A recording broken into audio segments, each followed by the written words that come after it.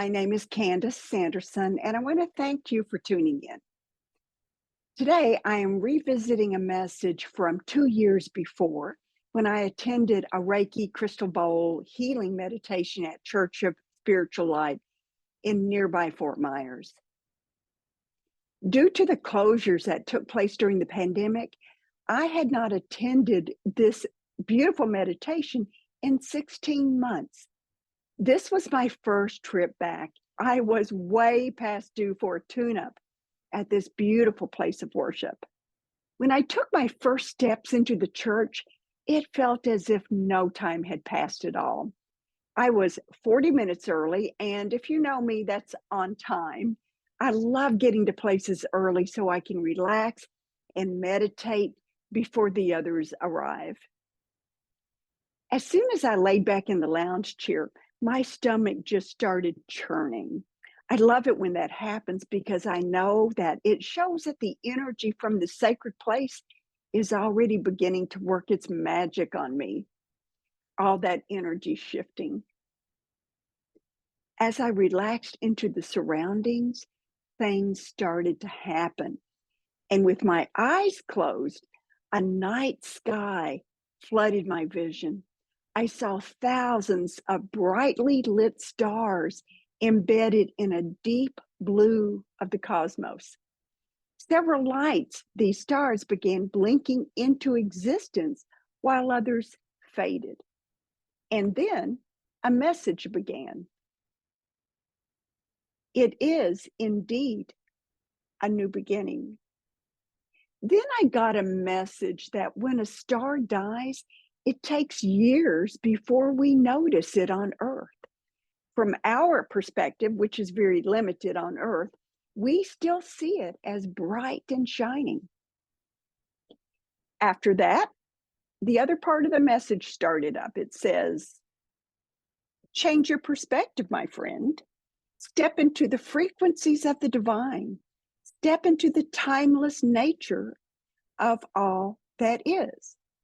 With those words, I found myself zooming through the cosmos and beyond. I was rocketing past galaxies. I was like a drop in the ocean or a tiny dot compared to these gigantic islands of stars. I realized that Earth itself is but a mere speck, probably smaller than a grain of sand compared to the vastness of the cosmos. The message continued. Know your place in the universe. Know your worth. Know your divine nature. As those words entered my awareness, my heart began swelling. And I immediately responded by taking several deep breaths. And with each exhalation, my physical body dissolved until I had completely disintegrated. When these things happen, my awareness is split. I am the observer as well as a participant. The messengers have told me that when the observer makes themselves known to us, we should celebrate because quite often that's the first step in having an OBE, an out-of-body experience. That observer marks the point where our awareness, our consciousness, what the messengers call the POE or point of existence, whatever you want to call it, it is just changed from a particle state, and that particle state is usually deeply embedded in the body, so much so that we think we are our physical bodies, but it's just expanded from a particle state to a field state. And when it is in a field state, we begin to experience life that is greater than what the physical senses can measure. We have just expanded beyond the physical. But back to the experience. As my consciousness separates from the realms of physicality, I feel my true nature, my true self, which is energy. And this energy slips from my body into that field state, into the ethers. And as this happens, I try to get all the information I can about what it looks like, how it feels, Why?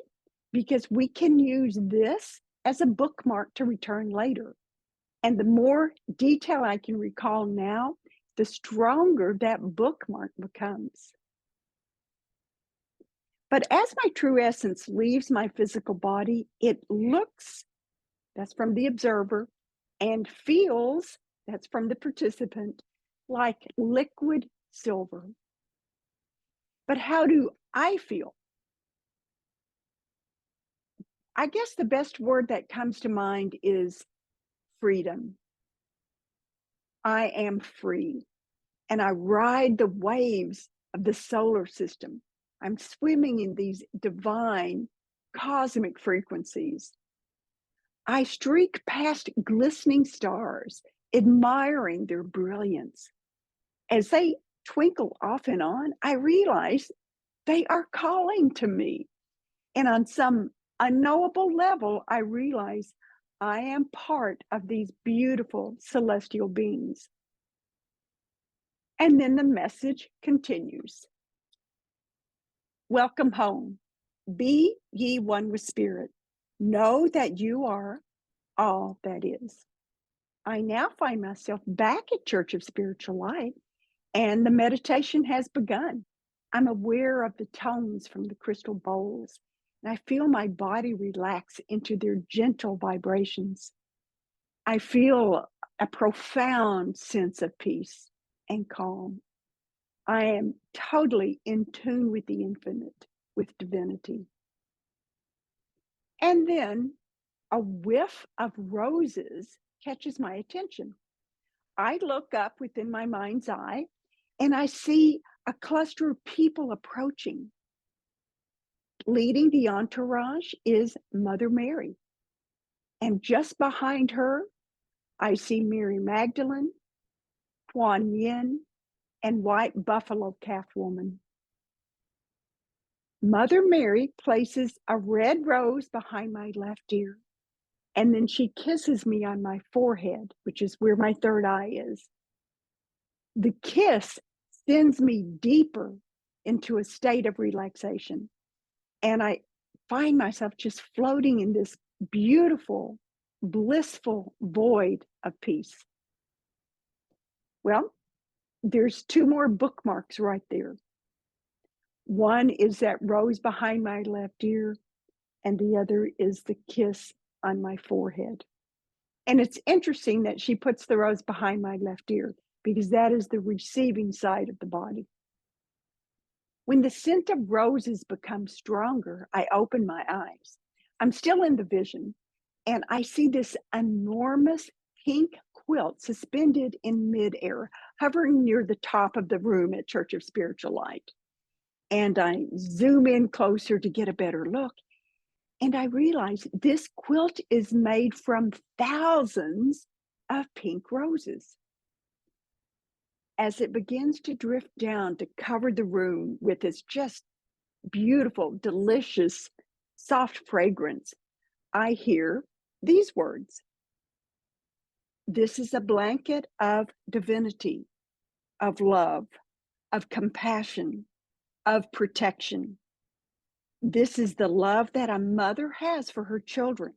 It is sacred. It is holy. I feel whole and complete as the pink roses blanket the room. Then I hear a rhythmic chant in the background. And with each second, the chant seems to get a little bit louder until I can finally understand what they're saying. Malcoot, Malcoot, Malcoot. This single word echoes in the back of my mind. I knew I had heard this word before, but I had no idea what it meant. The chanting faded, and it made room for the following message to arrive. Bring these sacred energies back home to the divine. Bring them back to earth. Let goodness and mercy follow you all the days of your life. We have come full circle. Let it be, let it be. Be one with all. You have entered the sacred circle of the divine. The refrain to the Beatles song, Let It Be, plays over and over in my mind. That's called an earworm. Mother Mary comes to me speaking words of wisdom. Let it be, let it be.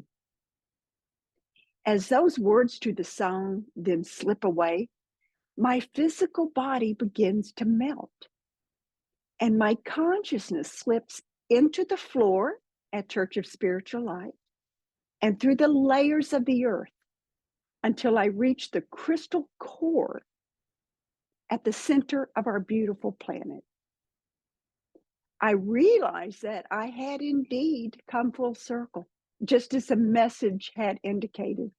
I had gone from zipping past galaxies in the cosmos to becoming one with Earth's core. I could want for nothing more. Now, part 2. Let's debrief this experience. It was a fascinating adventure for me, and I couldn't wait to learn more about it. When the event ended, I shared my experience with everyone who was there. And Yvette, who was playing the crystal bowls, said something that made me smile. She reported that the church had gathered 2 days before in that very same room to honor Mary Magdalene. And the symbol of Mary Magdalene's order, you guessed it, pink roses. The church's ceremony to honor Mary Magdalene was obviously still present during our meditation 2 days later. Now let's look at the chanting. Right after the pink roses blanketed the room, I kept hearing Malcoot echo in my mind. Yet, as I documented it in my notebook, I wrote it as Malkuth, M-A-L-K-U-T-H. Well, imagine my surprise when I looked it up. I discovered that the word indeed is pronounced Malcoot, and it is spelled the way I documented it, Malkuth. That's interesting, but what does that word mean? I'll share in just a moment, but let me share something else. I am sharing this experience that occurred in 2021, something that I just randomly selected from my journal. But as I printed the message out for this episode, I laughed when I read about Malcoot. My journal is over 500 typed pages long. In fact, I've quit documenting like I used to, because if I did, I would be writing all day long, every day. But just recently, I started participating in a course, the 7 I Am Light Codes course run by Padma Prakasham. During one of those recent classes, the word Malcoot came to me again. So isn't it wonderful the way the universe operates?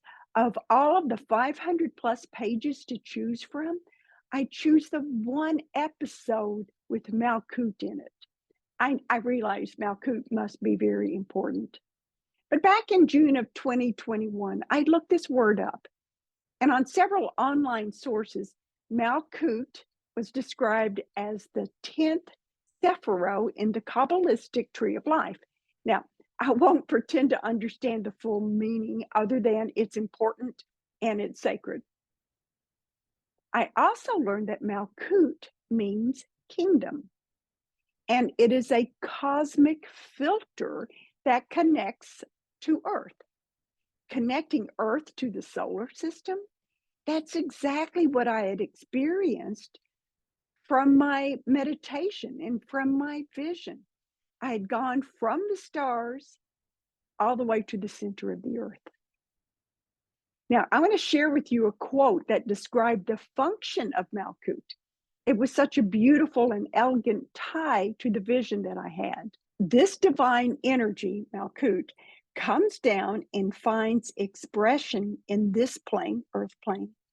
And our purpose as human beings is to bring that energy back around the circuit again, back up the tree, the Kabbalistic Tree of Life. This matched key elements from the vision, flying through the cosmos, zipping around the stars and galaxies, and returning to and through Earth. As I reviewed the message immediately following the chanting, it mirrored my findings. It's as if the chanting called those energies back from the cosmos, accurately describing with words like bringing sacred energies to the divine back to earth, coming full circle in that sacred circle of the divine. I guess I'll never get tired of discovering validations to my adventures in the non-physical realms.